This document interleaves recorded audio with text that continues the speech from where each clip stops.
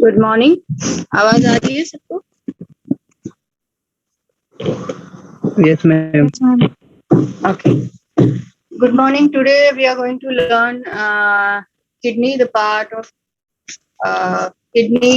Do we know which system consists kidneys? कौन से system में आता है kidney? Excretory system. Excretory system. Correct. So you know that there are a pair of kidneys situated in extraperitoneal space on the posterior wall of our abdomen. So you know the position of kidney? Kidney का position कहाँ L3 to रहता है? L12. Third lumbar to 12th thoracic. T12 to L3. हाँ. Correct. T12 to L3 उसका position रहता है। और कौन से रीजन में रहता है? एब्डोमेन के कौन से रीजन में रहता है ये? कौन से रीजन? एपिगैस्ट्रिक,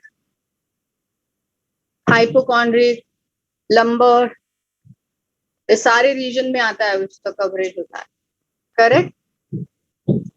मैं एक शेयर करती हूँ स्क्रीन, उसके साथ आपको पता चलेगा कि कैसे exactly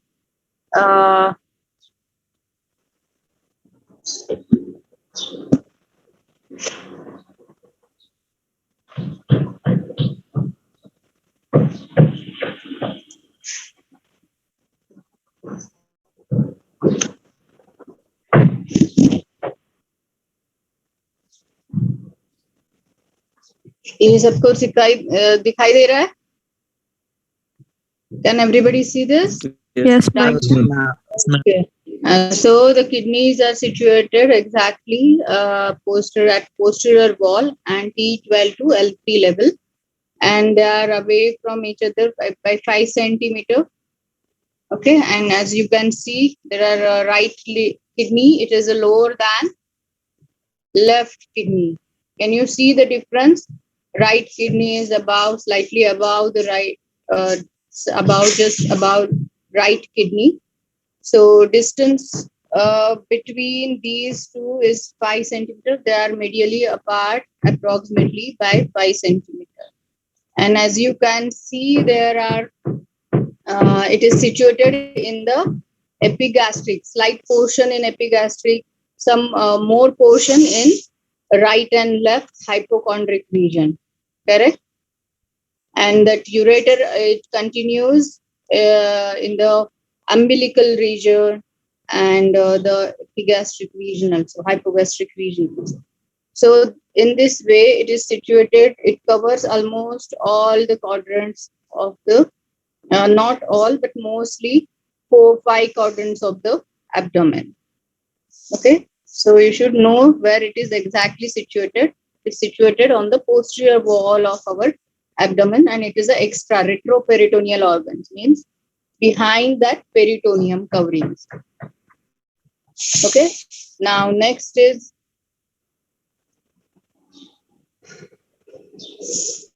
can anybody say tell me the size of kidneys, size or shape of kidneys, how it looks like? The shape of kidney is like bean shaped. Bean shape. Bean shape. Bean shape. Bean shape. The bean looks like exactly the outer covering, outer margin is convex and inner medial margin is concave in nature. That's why it looks like a bean shape. Okay, and what is the size of kidneys? Kidneys का size क्या होता है? Approximately size 10 to 12 centimeter in 10 length. to 12 centimeter in length. Correct. And 6 centimeter in Width. Width. and 3 centimeter कितना रहता है उसका? Thickness. Thickness. Correct. So 11 into 6 into 3 ये उसका size है. Okay, and you know that it is like liver, it is also a reddish brown colored organ. So all these points you should cover while writing about the kidney. that it is a pair of excretory, it is a pair organ situated in pair, and it is retroperitoneal, and it's a part of respiratory system. Sorry, not respiratory, excretory system.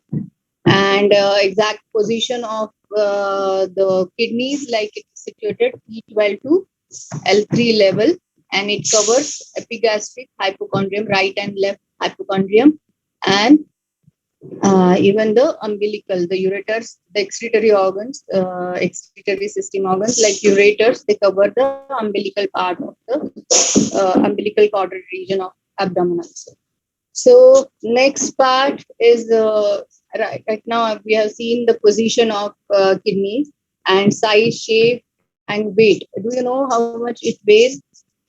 170 gram. 172, approximately 150. Correct. 150 in male and 135 approximately in females. Okay. So this is also again important point. You should remember the size, shape, and weight of kidney. And as just we saw in a figure that right is lower than the right kidney is situated lower than the left kidney, and left is more near to the median plane, okay, than the right kidney. Left kidney is more close to the median plane than the right kidney. So now let's see the external features of kidneys. But this I will share again the pictures, diagrams.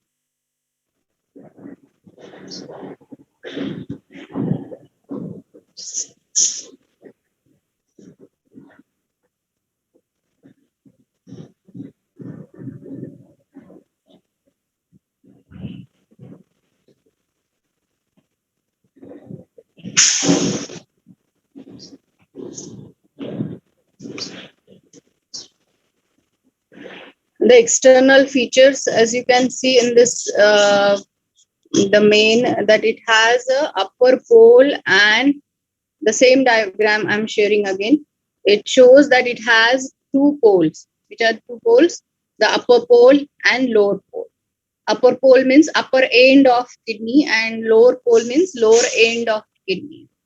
So there are two surfaces. Which are they? Two surfaces. Kidney has two surfaces.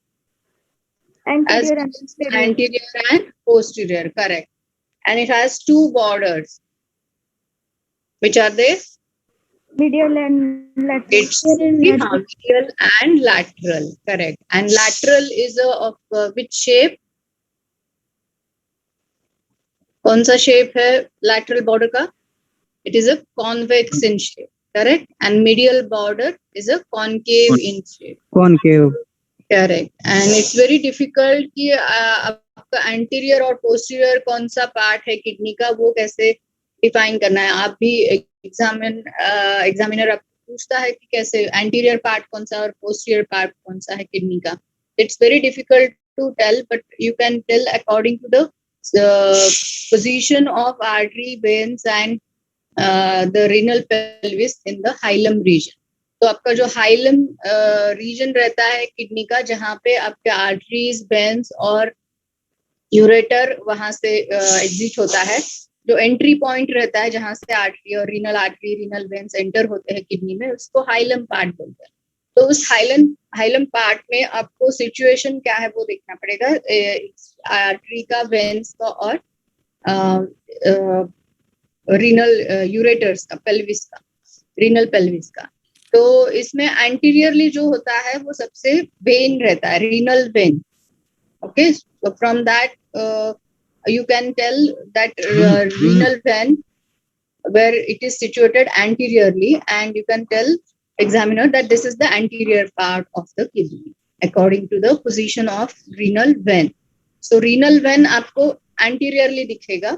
उसके बाद आपको फिर middle में artery रहेगी, renal artery, and उसके बाद posteriorly there is a renal pelvis, means ureters का जो part रहता है renal pelvis, renal pelvis से ureter start होता है, तो वो part सबसे posteriorly रहेगा.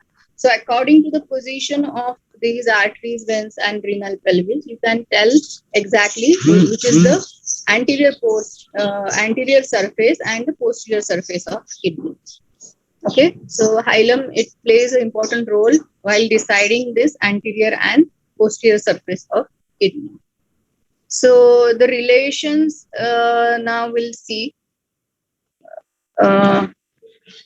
Relations means there are anterior and posterior part of kidneys. They come in contact with some abdominal organs, correct? And these organs, we can say these are the relations of the right and left renal, left और right kidney के जो relations है. Everybody can see this slide. Slide सबको दिखाई दे रहा है? Yes, ma'am. Yes, ma'am. Yes. तो ये आप नोट डाउन कर सकते हैं या इसका स्क्रीनशॉट ले सकते हैं. ये राइट और लेफ्ट किडनीज के रिलेशंस है. तो लेफ्ट किडनी एंटीरियरली क्या उसके रिलेशन में आता है? तो सुप्रारीनल ग्लैंड रहेगी, स्प्लीन रहेगा. लेफ्ट में सिर्फ स्प्लीन रहता है, करेक्ट. लेफ्ट में स्टमक का मोस्ट ऑफ द पार्ट रहता है.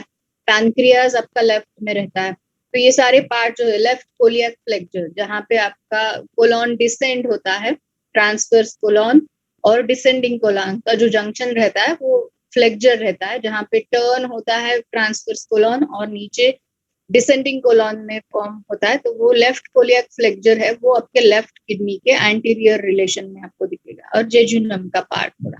तो पोस्टीरियर क्या रहेगा लेफ्ट किडनी के पोस्टीरियर में? तो डायफ्राम रहेगा, 11th and 12th ribs, और major quadratus lumborum and transversus abdominis, ये सारे मसल्स रहेंगे. तो subcostal, iliohypogastric and ilioinguinal nerves भी वहां पे रहेंगे. तो ये सब पोस्टीरियर रिलेशंस आपको याद थोड़ा बहुत रख सकते हैं. थोड़ा मतलब जितना आप एंटीरियर पोर्शन, एंटीरियर रिलेशंस तो इजी है, आपको पता है कि एंटीरियरली लेफ्ट साइड में एब्डोमेन में क्या क्या रहता है, तो ये आप इजीली याद रख सकते हैं. तो लेफ्ट साइड में आपके किडनीज में लेफ्ट साइड एंटीरियर रिलेशंस में क्या रहता है?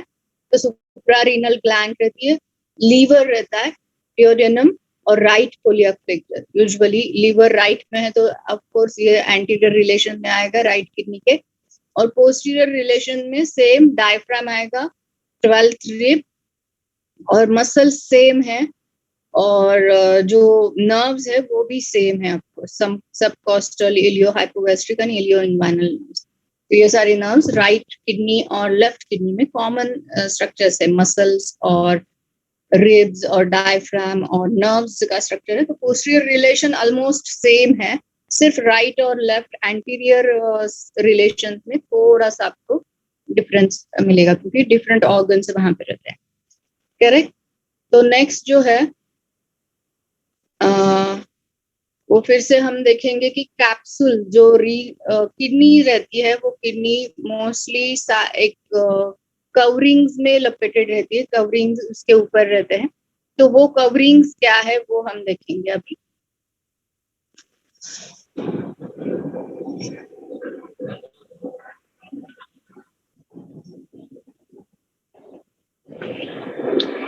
तो ये पोर्शन आप दिख रहे हैं, ये ट्रांसफर सेक्शन है किडनी का. तो ये जो रेड येलो पोर्शन है वो किडनी है, करेक्ट. येलो पोर्शन है वो किडनी है, और उसके साइड में जो ब्लू कवरिंग है, करेक्ट, सबको दिखाई दे रहा है. ब्लू कवरिंग है किडनी के बिल्कुल जॉइंट है किडनी से, थिन मेम्ब्रेन रहता है, उसे क्या कहते हैं? Renal capsule, correct. Can everybody see this feature? The blue colored structure which covers entire kidney, it is almost adhered to the kidney surface. So that surface, that thin membrane is called as renal capsule. And as we can see in this picture, there is a perirenal fat. Perirenal fat, it's a fat tissue or adipose tissue which are lying just it covers all the kidney surface, correct. The green color is perirenal fat. The entire green color, you can see it covers all the anterior, posterior, almost anterior, posterior and sides of kidney, lateral or medial sides of kidney, that green portion is a perirenal fat. Hence, that fat or adipose tissue, it covers entire kidney from all sides. Now, third covering is of renal fascia.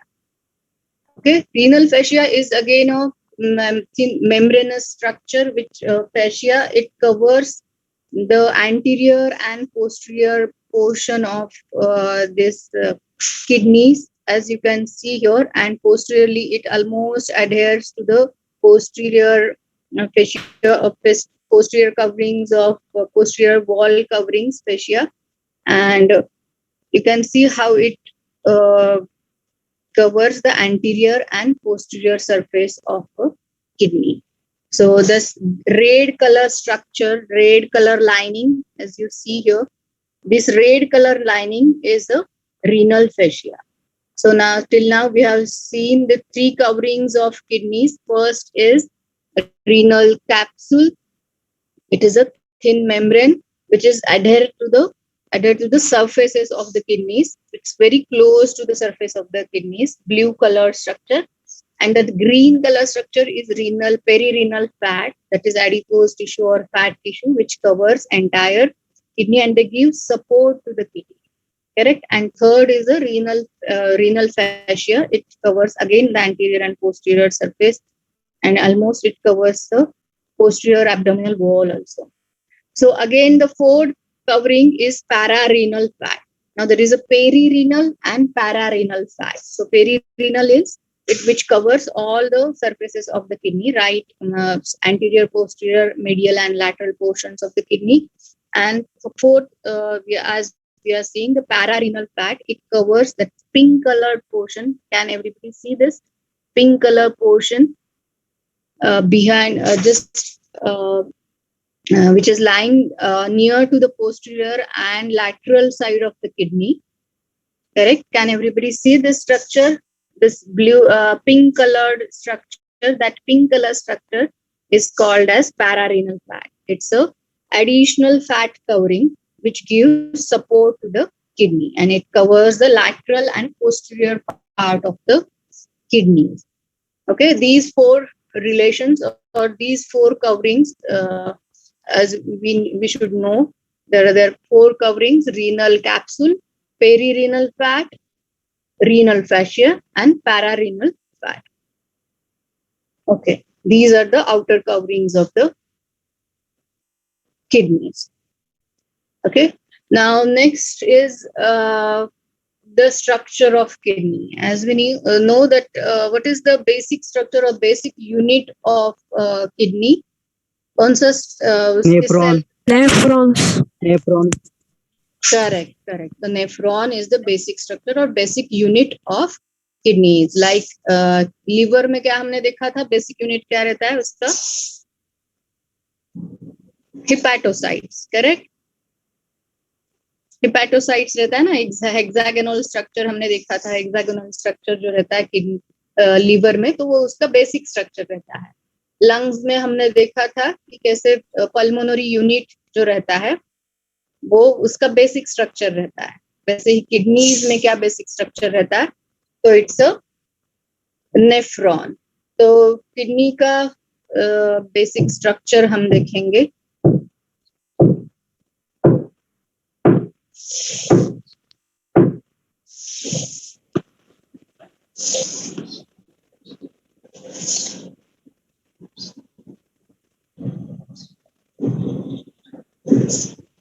उससे पहले हम ये देख लेते kidney का structure. हमने देखा basic structure जो होता है, रिलेशन कैप्सूल, और ये हमने देखा एनाटॉमिकल पोजीशन देखा.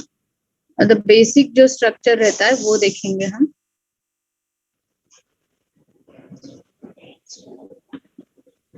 करेक्ट. इससे पहले एक मिनट, इससे पहले हम एक दूसरा स्ट्रक्चर देखेंगे किडनी का. डिटेल में जाने से पहले ये वाला स्ट्रक्चर. तो यहाँ पे आप दे सकते हैं कि किडनीज का जो पोर्शन है, ट्रांसफर सेक्शन यहाँ पे लिया है. ये सजाइटल सेक्शन है, सॉरी, तो ये इसमें क्या दिख रहा है आपको, किडनी का जो आउटर रहता है स्ट्रक्चर उसे क्या बोलते हैं, आउटर पार्ट जो रहता है उसे मेड्यूला बोलते हैं। जो ग्रे कलर का पोर्शन दिख रहा है आपको, ग्रे कलर का portion, it is called as medulla. Outer जो कवरिंग रहता है और सेंटर में जो रहता है उसे बोलते हैं मेड्यूला पार्ट। तो मेड्यूला में रीनल पिरामिड्स रहते हैं, ट्रायंगुलर शेप या कोनिकल शेप पोर्शन आपको दिखाई दे रहा है, पिरामिड शेप दिखाई दे रहे हैं। ग्रीन कलर का जो स्ट्रक्चर है उसे रीनल पिरामिड बोलते हैं, और जो आउटर पोर्शन हमने बताया वो ग्रे कलर का है, that it is called as cortex region. So cortex में भी दो तरह का फिर से स्ट्रक्चर रहता है कि कॉर्टेक्स में जो आर्च रहता है, करेक्ट, उसमें रीनल कॉर्टिकल आर्च जिसे बोलते हैं, जो कवरिंग्स दिखाई दे रहा है पूरा ग्रे कवरिंग है किडनी का, आउटर कवरिंग जो आर्च की तरह है, पूरा आउटर लेयर कॉर्टेक्स का, उसे कॉर्टिकल आर्च बोलते हैं। और रीनल कॉलम मीन्स जो पिरामिड के बीच में स्ट्रक्चर दिखाई दे रहा है आपको, जो पोर्शन इन्वेड करता है पिरामिड के अंदर या मेडुला के अंदर चला जाता है, जो स्ट्रक्चर कॉर्टेक्स का, उसे क्या बोलते हैं, रीनल कॉलम। ओके, तो रीनल कॉलम जो पोर्शन पिरामिड के बीच में है और जो आउटर आर्च है ग्रे कलर का, उसे पिरामिडल कॉर्टिकल आर्च बोलते हैं। तो सेकेंड पोर्शन जो होता है वो मेड्यूला में आपको जैसे दिखाई दे रहा है यहाँ पे क्या है, रीनल पिरामिड्स है। पिरामिड्स मीन्स जो ग्रीन कलर का स्ट्रक्चर आप देख रहे हैं, ग्रीन कलर का, तो वो ग्रीन कलर का पिरामिड लाइक स्ट्रक्चर्स देते हैं, तो वो स्ट्रक्चर उन्हें बोलता है रीनल पिरामिड। और फिर मेडुला में पैपिली भी रहता है। पैपिली मतलब जो एंड पोर्शन है, जो कोनिकल पोर्शन है, आगे जो एक्सटेंड होता है माइनर कैलिक्स और मेजर कैलिक्स में, जो कोनिकल आगे पिरामिड का जो कोन स्ट्रक्चर रहता है, जो एंड पोर्शन आगे का, वो रीनल पैपिली बोलते हैं। और रीनल पैपिलीज जो होते हैं वो कहाँ पे ओपन होते हैं, में माइनर कैलिक्स में। माइनर कैलिक्स मीन्स एक पोर्शन रहता है जहाँ पे ये जो सारा कॉर्टेक्स और मेडुला में जो यूरिन कलेक्ट होता है नेफ्रॉन से, वो माइनर कैलिक्स में फर्स्ट कलेक्ट होता है। वो आपको दिखाई दे रहा है, रेड कलर का स्मॉल ट्रायंगुलर स्पेस रहता है, correct. Can you see this structure in between this renal pyramids? Renal pyramids के बीच में ट्रायंगुलर जो रेड ट्रायंगुलर सेक्शन या स्पेस दिखाई दे रहा है, that is it is called as minor calyx.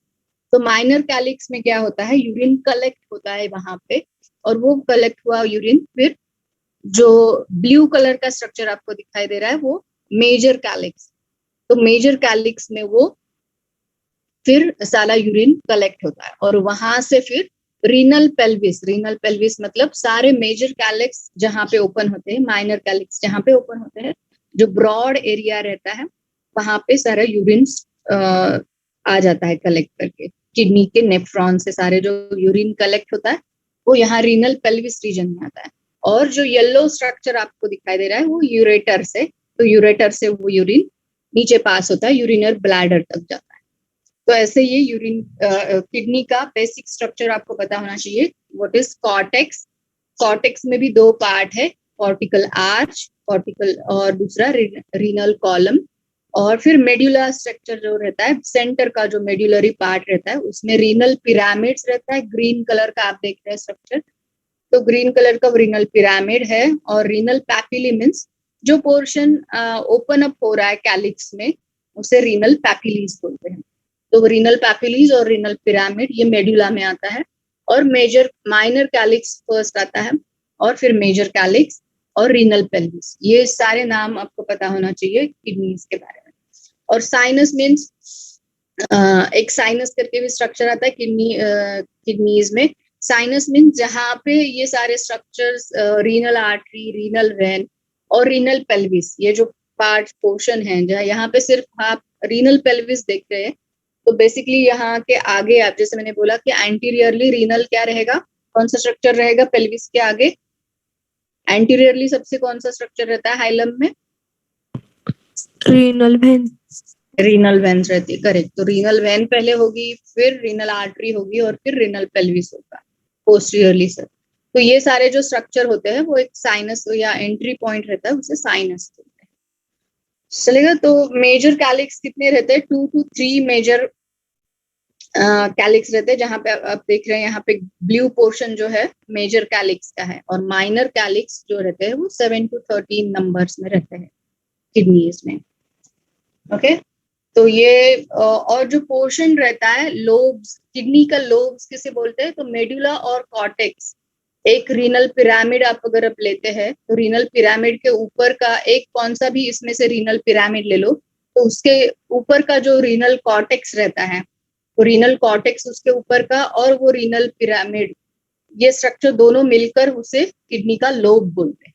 तो लोब किडनी के लोब्स में मेडुला और कॉर्टेक्स का वो भी पार्ट आता है, एक रीनल पिरामिड आता है और उसके कवरिंग जो होता है कॉर्टेक्स का, वो renal arch, cortex cortical arch रहता है, वो पोर्शन आता है।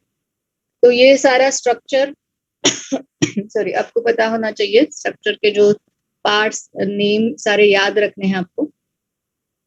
ओके। तो नेक्स्ट जो पोर्शन आता है वो है यूरिनिफेरस ट्यूब्यूल्स। ओके।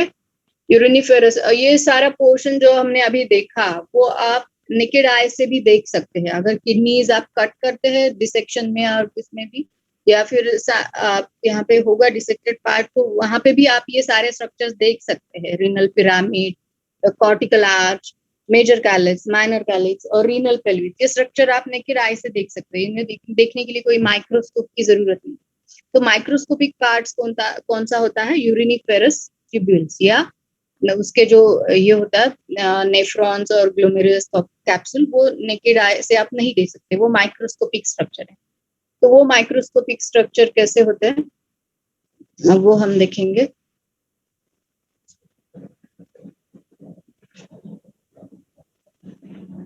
जैसे हमने देखा कि यूरिनिफेरस ट्यूब्यूल्स, करेक्ट। तो यूरिनिफेरस ट्यूब्यूल कैसे रहता है? तो ये स्ट्रक्चर रहता है यूरिनिफेरस ट्यूब्यूल्स का। जो कॉर्टेक्स एरिया रहता है, ये आपके 84 में भी है, यही डायग्राम है, वही डायग्राम यहाँ मैंने कॉपी किया। तो ये जो आप देख रहे हैं cortex, outer medulla and inner medulla, अगर ये सेक्शन लेते हैं हम किडनी का, तो कॉर्टेक्स रीजन में क्या दिखेगा आपको? तो ये जो ग्लोमेरुलस यूरिनिफेरस ट्यूब्यूल्स रहता है, यूरिनिफेरस ट्यूब्यूल्स के 2 पार्ट रहते हैं, करेक्ट। यूरिनिफेरस ट्यूब्यूल ये बेसिक स्ट्रक्चर है आपके किडनीज का। तो नेफ्रॉन एक स्ट्रक्चर रहता है उसका, और दूसरा कलेक्टिंग पार्ट्स, ऐसे 2 स्ट्रक्चर रहते हैं यूरिनिफेरस ट्यूब्यूल्स के।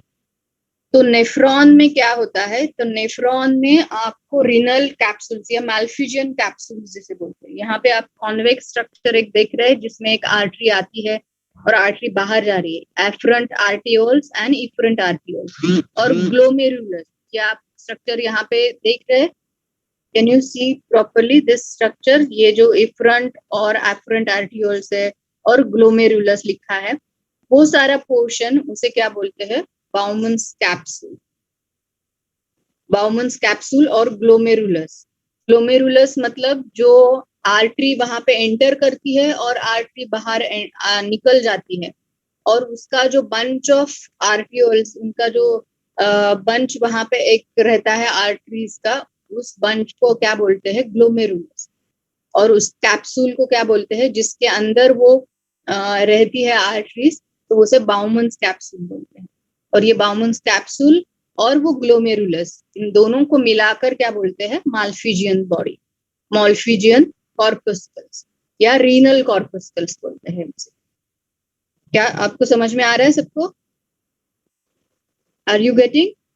Glomerulus, yes ma'am. ग्लोमेरुलस तो आर्टरीज का स्ट्रक्चर रहता है, आर्टरी और इफरंट और एफरंट आर्टरियोल का जो एक बंडल रहता है वहां बाउमन्स कैप्सूल के अंदर, तो उसको हम बोलते हैं ग्लोमेरुलस। और जो आउटर कवरिंग रहता है उसका बाउमन्स कैप्सूल उसे बोलते हैं। और बाउमन्स कैप्सूल और वो आर्टरियोल ग्लोमेरुलस का स्ट्रक्चर, उन सबको मिलाकर माल्फिजियन कैप्सूल्स कॉर्पस्कल्स बोलते हैं। ओके, तो ये नेफ्रॉन का पार्ट एक होता है। नेफ्रॉन ये किसका पार्ट है? यूरिनिफेरस ट्यूब्यूल्स का पार्ट है। यूरिनिफेरस ट्यूब्यूल्स के दो पार्ट आते हैं, एक नेफ्रॉन और कलेक्टिंग पार्ट। कलेक्टिंग पार्ट वो बाद में देखेंगे हम, पहले हम नेफ्रॉन के बारे में देख रहे हैं। तो नेफ्रॉन में फर्स्ट क्या पार्ट आएगा? रीनल कॉर्पस्कल्स, हमने देखा, करेक्ट। तो सेकेंड पार्ट जो होता है वो रीनल ट्यूब्यूल्स रहते हैं। अब ये जो बाउमन्स कैप्सूल या माल्फिजन कॉर्पस्कल से जो भी इम्प्यूरिटीज कलेक्ट होती है ब्लड से, वो आगे बाउमन्स कैप्सूल से कहाँ पे आएगी? पीसीटी में आएगी। PCT means proximal convoluted tubules में आएगी। एक स्ट्रक्चर रहता है जो ऐसे वेवी स्ट्रक्चर रहता है ट्यूब्यूल्स का, ऐसा टर्न्स एंड ये रहते हैं वहां पे, तो उसे कॉन्वोल्यूटेड मतलब ज्यादा कॉन्वोल्यूटेड रहता है, वो टर्न्स रहते हैं वहां पे ज्यादा, तो प्रॉक्सिमल कॉन्वोल्यूटेड ट्यूब्यूल्स बोलते हैं या पीसीटी बोलते हैं। तो ये पीसीटी रीनल ट्यूब्यूल्स का पार्ट आता है। तो ये रीनल ट्यूब्यूल्स में और भी पार्ट आता है, जैसे कि आप आगे देख रहे हैं यहाँ पे प्रॉक्सिमल कॉन्वोल्यूटेड ट्यूब्यूल से फिर डिसेंडिंग लिम्ब चला जाता है। लूप ऑफ हेनले करके एक रहता है, करेक्ट। यहाँ पे एक लूप दिखाई दे रहा है नीचे, जिसे लूप ऑफ हेनले बोलते हैं। तो उसके दो लिम्स रहते हैं, एक डिसेंडिंग एंड असेंडिंग रहता है पार्ट, करेक्ट। ये असेंडिंग एंड डिसेंडिंग पार्ट रहता है। और फिर ये असेंडिंग लिम्ब जो रहता है वो फिर से कॉर्टेक्स में चला जाता है। अभी ये प्रॉक्सिमल ट्यूब्यूल्स तक का पार्ट जो रहता है कॉन्वोल्यूटेड मतलब थिक स्ट्रक्चर रहता है, तो इसीलिए कॉर्टेक्स थोड़ा सा डार्क कलर रहता है, और पिरामिड जो रहते हैं वो थोड़ा सा फेंट कलर में आपको ग्रे ऐसे दिखाई देगा जो स्ट्रक्चर आप देखेंगे। तो कॉर्टेक्स डार्क कलर का क्यों रहता है? क्योंकि यहाँ पे डार्क स्ट्रक्चर्स रहते हैं। ये जरा कॉन्वोल्यूटेड जो पार्ट रहता है ट्यूब्यूल्स का वो सारा कहाँ पे रहता है? Proximal convoluted tubules and distal convoluted tubules, ये जो पार्ट रहता है वो कॉर्टेक्स रीजन में रहता है किडनी के। समझ में आ रहा है आपको? सगरा तो पूरा आउटर एरिया जो रहता है, आउटर पोर्शन ऑफ किडनीज, वहां पे ये glomerulus, Bowman's capsule, proximal convoluted tubule और डिस्टल कॉन्वोल्यूटेड ट्यूब्यूल, ये स्ट्रक्चर रहता है। तो इसलिए वो डार्क कलर का रहता है। और यहाँ पे सिर्फ आप देख रहे हैं कि डिसेंडिंग और असेंडिंग लूप ऑफ हेनले है, ये सिर्फ लाइंस रहते हैं, या कलेक्टिंग ट्यूब्यूल्स ये जो पोर्शन है वो सिर्फ मेडुला में रहता है। पिरामिड जो रीनल पिरामिड का स्ट्रक्चर आपने देखा, वहां पे ये डिसेंडिंग और ये लूप्स कलेक्टिंग ट्यूब्यूल्स रहते हैं। तो यहाँ पे डिस्टल कॉन्वोल्यूटेड ट्यूब्यूल्स है। Distal convoluted means again the curved and थोड़ा डेंस पार्ट होगा ट्यूब्यूल्स का, थिक पोर्शन रहेगा कॉन्वोल्यूटेड ट्यूब्यूल्स का। और वो convoluted tubules, distal convoluted tubule और जंक्शनल ट्यूब्यूल से कहाँ कलेक्ट होते हैं? कलेक्टिंग ट्यूब्यूल्स में होता है। तो ग्लोमेरुलस कैप्सूल में हमने देखा कि बाउमन्स कैप्सूल में यहाँ से ब्लड की इम्प्यूरिटीज यहाँ पे एंटर करती है इन ट्यूब्यूल्स में। तो प्रॉक्सिमल कॉन्वोल्यूटेड ट्यूब्यूल्स, वहां पे एब्सॉर्प्शन और रीएब्सॉर्प्शन होता है न्यूट्रिएंट्स का। वो डिटेल पार्ट आप फिजियोलॉजी में सीखेंगे कि कैसे कौन से न्यूट्रिएंट्स एब्जॉर्ब होते हैं, कौन से रीएब्जॉर्ब होते हैं और कौन से फिर उसमें निकल जाते हैं यूरिन से। तो वो सारा पोर्शन आप फिजियोलॉजी में देखेंगे। तो यहाँ पे सिर्फ हम स्ट्रक्चरल पार्ट देख रहे हैं, क्योंकि एनाटॉमी है तो स्ट्रक्चरल पार्ट मतलब कहाँ कौन सा पार्ट रहता है किडनी में वो देखते हैं। ग्लोमेरुलस और प्रॉक्सिमल पार्ट कॉर्टेक्स में रहेगा, सिर्फ लूप ऑफ हेनले का असेंडिंग और डिसेंडिंग पार्ट मेडुला में रहेगा, और फिर डिस्टल कॉन्वोल्यूटेड ट्यूब्यूल और फिर जंक्शनल ट्यूब्यूल से वो कलेक्टिंग ट्यूब्यूल्स बनते हैं। तो ये कलेक्टिंग ट्यूब्यूल्स जो है वो सारे नेफ्रॉन से आए हुए, सारे जो नेफ्रॉन और ये रीनल ट्यूब्यूल से आए हुए जो वेस्ट प्रोडक्ट है वो कलेक्ट करते हैं, कलेक्टिंग ट्यूब्यूल। तो सारे जो नेफ्रॉन्स के कलेक्टिंग ट्यूब्यूल, जंक्शनल जो ट्यूब्यूल्स है, जंक्शनल ट्यूब्यूल्स, वो कलेक्टिंग ट्यूब्यूल को कनेक्ट करते हैं सारे। और वो कलेक्टिंग ट्यूब्यूल उसे क्या बोलते हैं? Duct of Bellini. ये कलेक्टिंग जो पार्ट रहता है कलेक्टिंग ट्यूब्यूल्स का, उसे इनर मेडुलर स्ट्रक्चर में क्या बोलते हैं? Duct of Bellini. तो डक्ट ऑफ बेलिनी का फंक्शन क्या है? तो सारा जो यूरिन कलेक्ट होता है नेफ्रॉन से और रीनल ट्यूब्यूल से, वो सारा यूरिन कलेक्टिंग ट्यूब्यूल के थ्रू वो डक्ट ऑफ बेलिनी में आता है। और डक्ट ऑफ बेलिनी आपको जैसे इनर मेडुलरी पार्ट है, मतलब वो जो रीनल पैपिली एरिया रहता है, रीनल पिरामिड के जो एंट्री पॉइंट रहता है मेन माइनर कैलिक्स में, तो वहां पे रीनल पैपिली में ये स्ट्रक्चर आपको मिलेगा, डक्ट ऑफ बैलिनी। तो डक्ट ऑफ बैलिनी वह ओपन होती है, कहाँ पे होगी? माइनर कैलिक्स में। तो ये डक्ट ऑफ बैलिनी से जो वेस्ट प्रोडक्ट है वो माइनर कैलिक्स में चले जाएंगे, माइनर कैलिक्स से फिर मेजर कैलिक्स में आ जाएंगे, फिर मेजर कैलिक्स से रेनल पेल्विस में कलेक्ट होगा यूरिन। तो ऐसा ये स्ट्रक्चर यूरिन कलेक्शन का स्ट्रक्चर है। यूरिनिफेरस ट्यूब्यूल्स जो बेसिक स्ट्रक्चर है वो हमने देखा।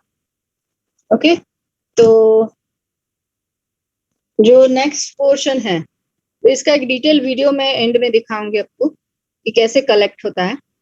तो नेक्स्ट जो पोर्शन है वो वैस्कुलर सेगमेंट है। अभी जो वैस्कुलर ब्लड सप्लाई कैसे होता है, ब्लड सप्लाई और वीनस ड्रेनेज कैसे रहता है, वो हम देखेंगे आगे।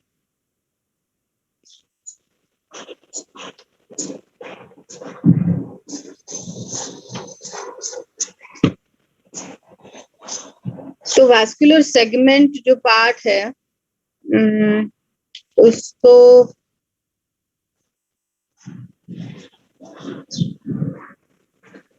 वैस्कुलर सेगमेंट जो आपकी रीनल आर्टरी रहती है, वो रीनल आर्टरी एंटीरियर और पोस्टीरियर पार्ट में डिवाइड होती है। जो एंटीरियर पार्ट रहता है रीनल आर्टरी का, वो जो एक सेगमेंट्स रहते हैं उनको सप्लाई करता है। जैसे कि आप यहाँ पे दिखाई दे रहा है कि अपाइकल सेक्शन है, अपाइकल सेगमेंट है, अपर बॉर्डर अपर सेक्शन है, मिडल सेक्शन है और लोअर सेक्शन है। करेक्ट। तो ये आर्टरी डिवाइड होके सारे पार्ट्स को वो सप्लाई करेगी, वैस्कुलर सेगमेंट्स जिसे बोलते हैं। Correct. Vascular artery apical region को सप्लाई करती है, अपाइकल सेगमेंट को। फिर जो एंटीरियर पार्ट रहता है आर्टरी का, रीनल आर्टरी का एंटीरियर पार्ट, वो मोस्टली ये सारे सेगमेंट्स को सप्लाई करता है। Correct. Apical, upper part, middle part, lower part. और बॉर्डल लाइन मतलब जो बॉर्डल मीन्स मीडियल जो पार्ट रहता है उसका, उसको बॉर्डियल लाइन बोलते हैं। तो उसको भी ये anterior part of renal artery supply करता है मोस्टली। तो पोस्टीरियर पार्ट, यहाँ पे आप लैटरल सेक्शन ये देख रहे हैं, साइड से देख रहे हैं लैटरल रीजन से, ये मिडियल पार्ट है। तो apical, upper, middle, lower and posterior, या एंटीरियर और पोस्टीरियर पार्ट भी दिखाई दे रहा है। पोस्टीरियर पार्ट को मोस्टली वो पोस्टीरियर पार्ट ऑफ जो आर्टरी का रहता है वो पोस्टीरियर सप्लाई करता है। यहाँ पे दिखाई दे रहा है कि posterior part of artery, artery का जो पोस्टीरियर पार्ट है वो मोस्टली पोस्टीरियर पार्ट को, पोस्टीरियर सेगमेंट को सप्लाई करता है। तो एंटीरियर सेगमेंट में क्या रहता है, एंटीरियर सेगमेंट, एंटीरियर पार्ट जो रहता है उसमें apical, upper, middle and lower, ये सेगमेंट्स रहते हैं एंटीरियरली। करेक्ट। और लैटरली अगर देखेंगे तो ये बॉर्डियल लाइंस रहता है, और पोस्टीरियरली अगर देखेंगे तो पोस्टीरियर सेगमेंट रहता है। तो ये डिफरेंट डिफरेंट सेगमेंट्स है जहाँ पे ये रीनल आर्टरी सप्लाई करके, उसके हिसाब से ये अकॉर्डिंगली ये सारे स्ट्रक्चर, ये सेगमेंट्स बने हुए हैं। तो जैसे बताया कि ब्लड सप्लाई कहाँ से होता है मोस्टली, कौन सी आर्टरी मैंने अभी बताया? Vascular artery. वैस्कुलर आर्टरीज नहीं, रीनल आर्टरी, रीनल आर्टरी से होगा। करेक्ट। रीनल आर्टरी से होता है। रीनल आर्टरी का फिर एंटीरियर और पोस्टीरियर पार्ट होता है, और वो सारे सेगमेंट से वहां पे ये करता है। यहाँ पे ये भी डायग्राम आपके 84 में है, तो यहाँ पे भी आप देख सकते हैं कि जो रीनल आर्टरी है वो एंटीरियर ब्रांच और पोस्टीरियर ब्रांच में डिवाइड होती है। करेक्ट। तो एंटीरियर ब्रांच जो है वो अपाइकल रीजन और अपर बॉर्डियल लाइन, मिडल पोर्शन और लोअर पोर्शन का सप्लाई करती है। और जो पोस्टीरियर ब्रांच है रीनल आर्टरी की, वो पोस्टीरियर पार्ट को सप्लाई करती है। करेक्ट। ये सेगमेंट्स भी याद रखिए थोड़ा। ओके, अब नेक्स्ट जो पोर्शन है वो आर्टेरियल सप्लाई का देखेंगे। ये arterial blood supply of kidney अभी 84 में ही आपके, कि कैसे एब्डोमिनल एवोर्टा जो रहता है उसको L2 लेवल में वहां पे एक ब्रांच निकलता है, एब्डोमिनल एवोर्टा। एब्डोमिनल एवोर्टा किसका ब्रांच है, किसका पार्ट है? एब्डोमिनल एवोर्टा कहाँ से बनती है? हार्ट से। हार्ट से कौन सा पार्ट, कौन से आर्टरी का? डिसेंडिंग अबोर्टा से, करेक्ट। एवोर्टा का जो पोर्शन रहता है वो डिसेंड होता है नीचे, करेक्ट। एवोर्टा के ब्रांचेस और ये हार्ट आपने सीखा नहीं ना अभी तक, ये सीखा है एवोर्टा के ब्रांचेस और ये नहीं मैम। नहीं सीखे, ओके ठीक है।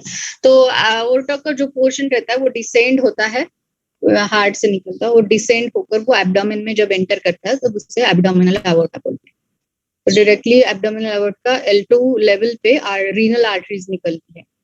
तो रीनल आर्टरीज में हमने देखा कि सेगमेंटल आर्टरीज बनती है, राइट। पोस्टीरियर और एंटीरियर उसकी ब्रांच बनती है, और एंटीरियर ब्रांच की होती है फिर से सेगमेंटल आर्टरी। सेगमेंटल में हमने देखा कि अपर, लोअर, मिडल और अपर बोरियल और पोस्टीरियर, ऐसे जो सेगमेंट्स हमने देखा, तो वैसे सेगमेंट्स में डिवाइड होती है रीनल आर्टरी।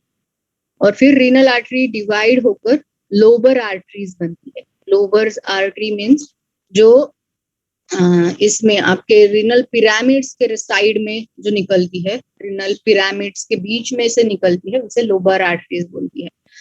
फिर उसे इंटरलोबर आर्टरीज आगे जाकर और डिवाइड होती है। फिर articulate arteries. Articulate arteries means दोनों आर्टरीज जहाँ पे जंक्शन होता है, मतलब सारे आर्टरी और का ब्रांच का जहाँ पे जंक्शन होता है वो आर्क्यूट आर्टरी बोलते हैं उसे। और इंटरलोब्युलर आर्टरीज फिर से बनती है, और एफरेंट आर्ट्रियोल्स, और वो ग्लोमेरुलस में चली जाती है।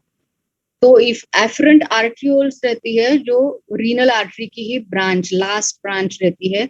Minute arterioles means very thin रहती है, उसकी कवरिंग्स भी कम हो जाती है, ताकि जो एक्सचेंज होता है न्यूट्रिएंट्स और इसका वो इफिशिएंटली हो सके, इसके लिए उसका कवरिंग्स, आउटर कवरिंग्स भी डिमिनिश हो जाता है, इसलिए उसे वेरी थिन लेयर रहता है आउटर एपिथेलियम का।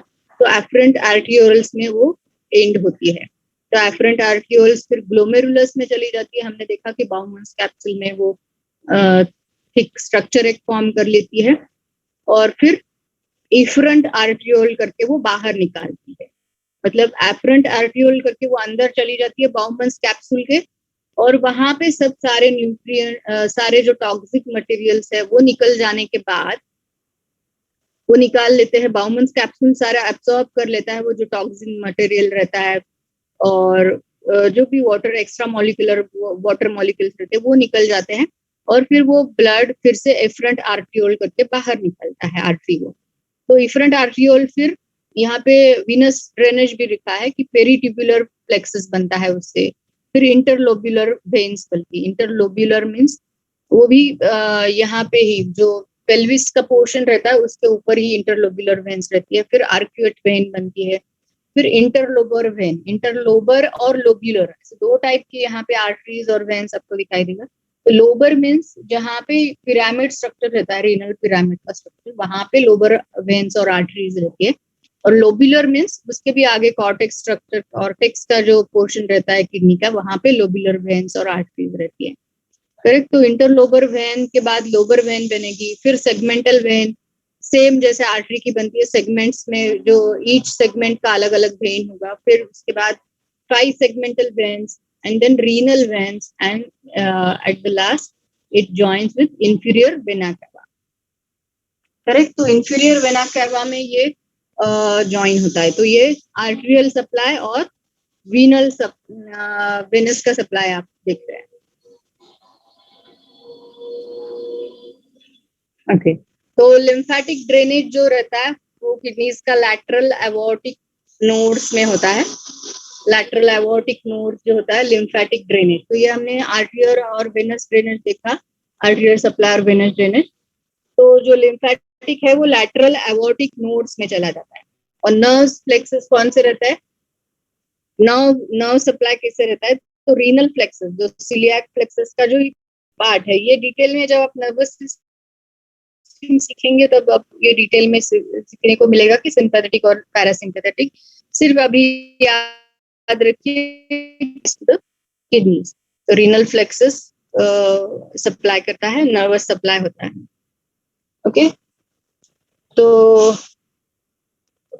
अब नेक्स्ट हम एक वीडियो देखेंगे जहाँ पे आपको ये यूरिनिफेरस ट्यूब्यूल्स का एक्चुअल कैसे स्ट्रक्चर रहता है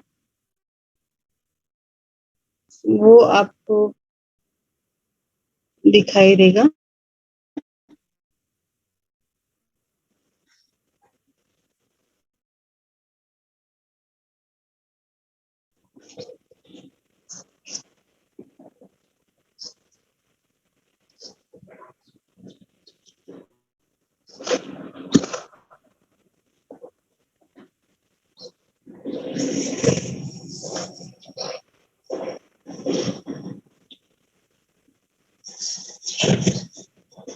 ये दिखाई दे रहा है video? Yes, ma'am.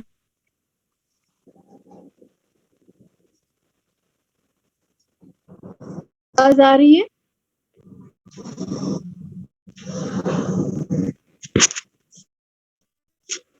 Section of it shows two prominent regions, a cortex Yes, ma'am. and a medulla. As we zoom into the cortex region, it shows the presence of numerous nephrons. Each nephron has a Bowman's capsule. Nephron structure and functions.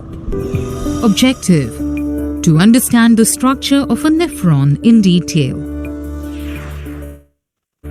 The excretory system in human beings consists of a pair of kidneys. A magnified view of the longitudinal section of kidney shows two prominent regions, a cortex and a medulla.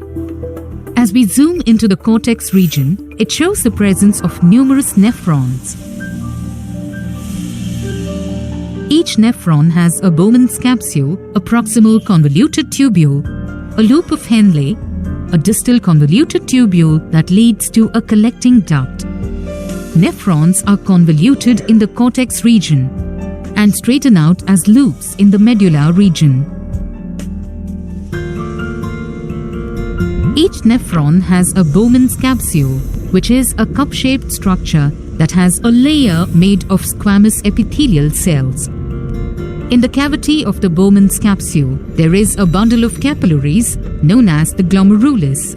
The blood vessel entering the Bowman's capsule is known as the efferent arteriole and is thicker than the blood vessel exiting the capsule, which is thinner and is known as the efferent arteriole.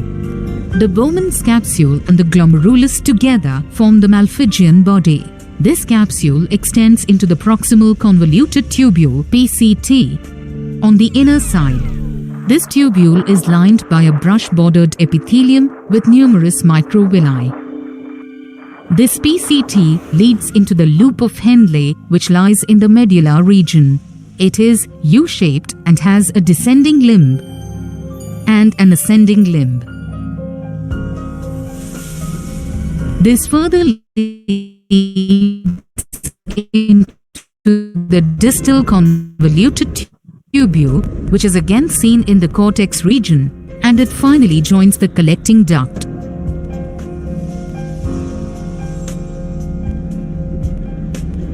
As blood flows through the glomerulus, water, salts, and waste diffuse into the Bowman's capsule. This liquid then passes into the PCT and the loop of Henle, where water and important salts are absorbed back into the blood vessel.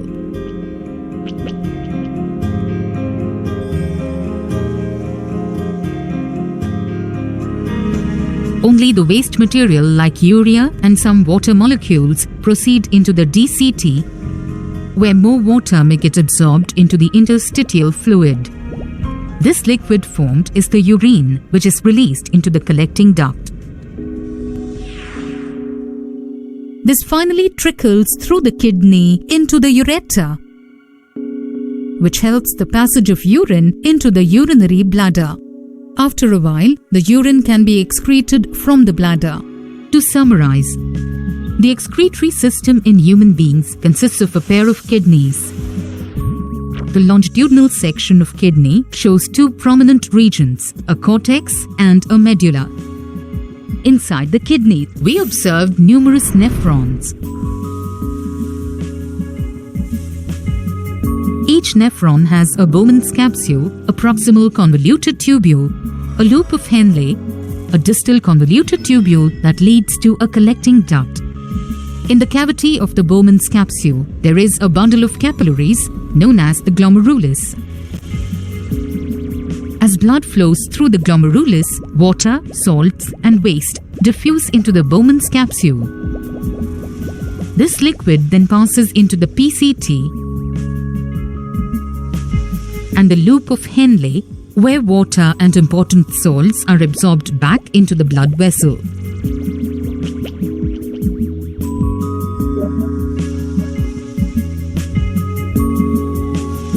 Only the waste material like urea and some water molecules proceed into the DCT, where more water may get absorbed into the interstitial fluid.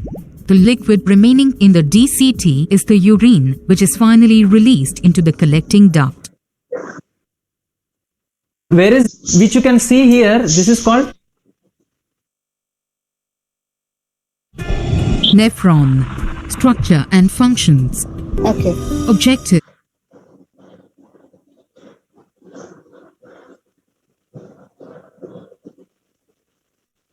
Okay, ये जो structure हमने देखा detail में uriniferous tubule का, सबको समझ में आया डिटेल में? हेलो, सबको समझ में आया डिटेल में ये क्या क्या स्ट्रक्चर था यूरिनिफेरस ट्यूब्यूल्स का? ओके, तो हाँ, जो अब एंड पार्ट जो है वो किडनी का जो फंक्शंस है उसके बारे में थोड़ा देखेंगे हम।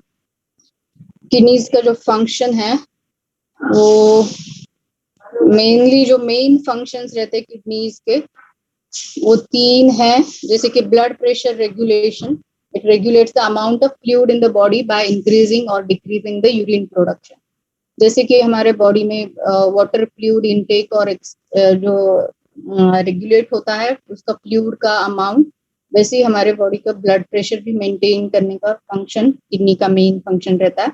और हार्मोन्स प्रोडक्शन, जो कैल्सिट्रियोल करके एक जो active form of vitamin D वो भी सिक्रीट होता है, और इरिथ्रोपोइटिन जो स्टिमुलेट करता है बोन मैरो को प्रोड्यूस द ब्लड सेल्स। तो ये इंपॉर्टेंट हार्मोन्स जो है कैल्सिट्रियोल और इरिथ्रोपोइटिन, ये जो इंपॉर्टेंट हार्मोन्स है वो भी किडनी से सिक्रीट होते हैं, किडनी के सेल्स। और थर्ड जो रहता है वो है एसिड बेस बैलेंस रेगुलेशन, तो maintain the pH of blood at 7.4 by decreasing or increasing the excretion of hydrogen ions। जो मॉलिक्यूल्स वहां से रेगुलेट होता है, जिनका आउटगोइंग और इनकमिंग जो रहता है मॉलिक्यूल्स का, जो वेस्ट प्रोडक्ट, जो वेस्ट मटेरियल रहता है, वाटर मॉलिक्यूल जो, और आयंस जो रहते हैं जैसे कि सोडियम और पोटेशियम आयंस, उनसे वो रेगुलेट करता है ब्लड का pH 7.4।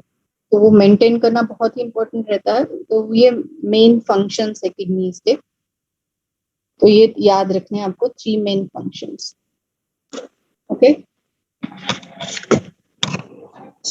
फिर और कोई डाउट है आपको इसके बारे में?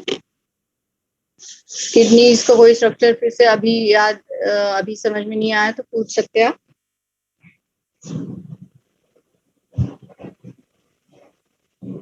किडनी का कोई ऐसा स्ट्रक्चर है जो समझ में नहीं आया आपको, या कोई क्वेरीज है वो पूछ सकते हैं, और फिर हम ये सेशन एंड करेंगे।